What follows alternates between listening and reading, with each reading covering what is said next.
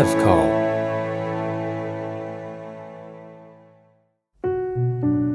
The Advocate.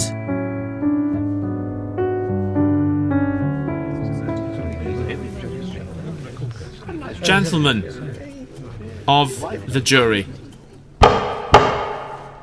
I cannot,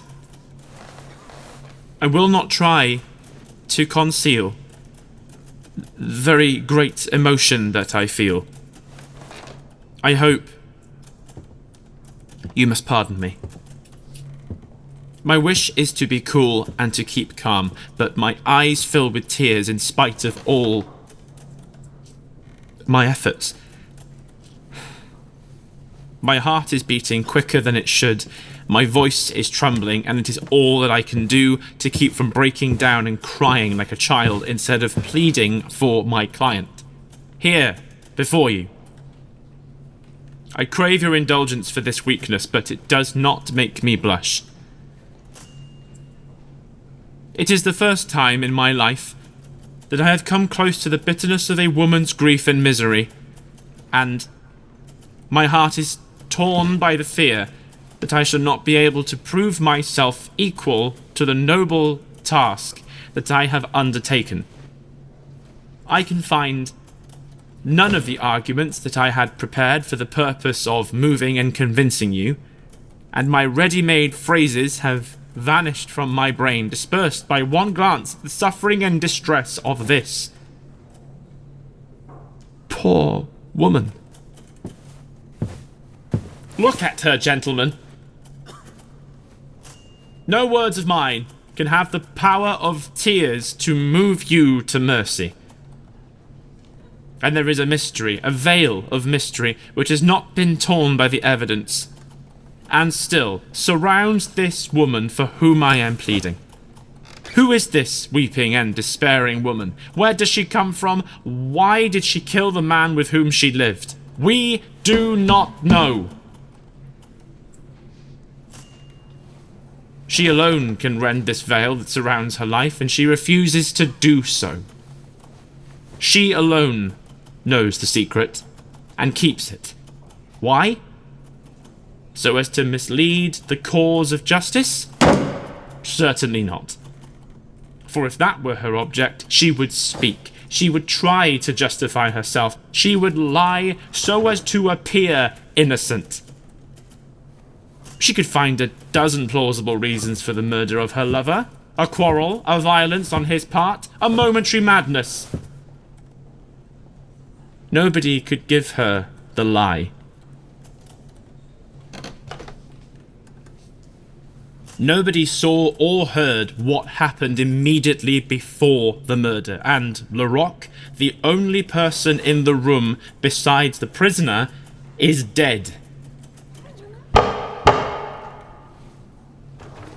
But my client has disdained all subterfuge. She knew perfectly well what the consequence of her act would be, and she has not tried to escape it.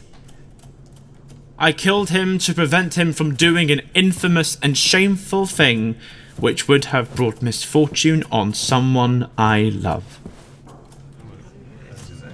This gentleman tells us the secret of this poor creature. She killed this man, Larocque, of whose past, as my friend the public prosecutor rightly said, was no good was known. Does this not explain the insistence of her silence? This woman, this poor wreck, who has been beaten down to the lowest rungs of the ladder of physical and moral misery. This wretched creature loves. Good women will sweep their skirts from her touch in the streets,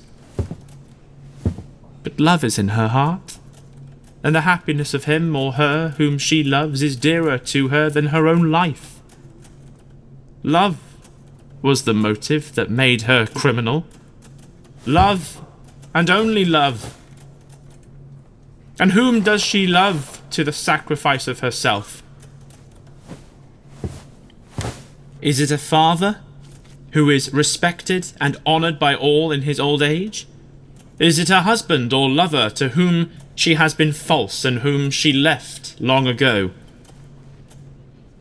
Is it a child who knows nothing of his mother's shame and lives unconscious and happy? We do not know. But some such love is the secret of my client and the reason of her silence. She cares nothing for what men say of her, nor any man's judgment of her. She does not care for her own life, and sacrifices it with gladness.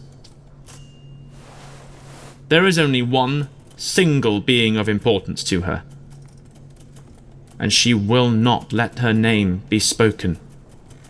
Let the sentence stain her picture in the heart of the one she worships. The police have moved heaven and earth to find some trace of her past, but they have failed.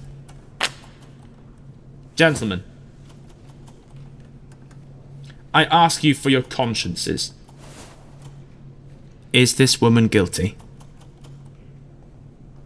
Does she deserve punishment for wiping out of existence the pestilent criminal who was threatening the happiness of the one person she loved? No, gentlemen, 1,000 times, no. At the mere thought, my heart cries out in protest. And you will, I know, gentlemen, share my emotion and my conviction.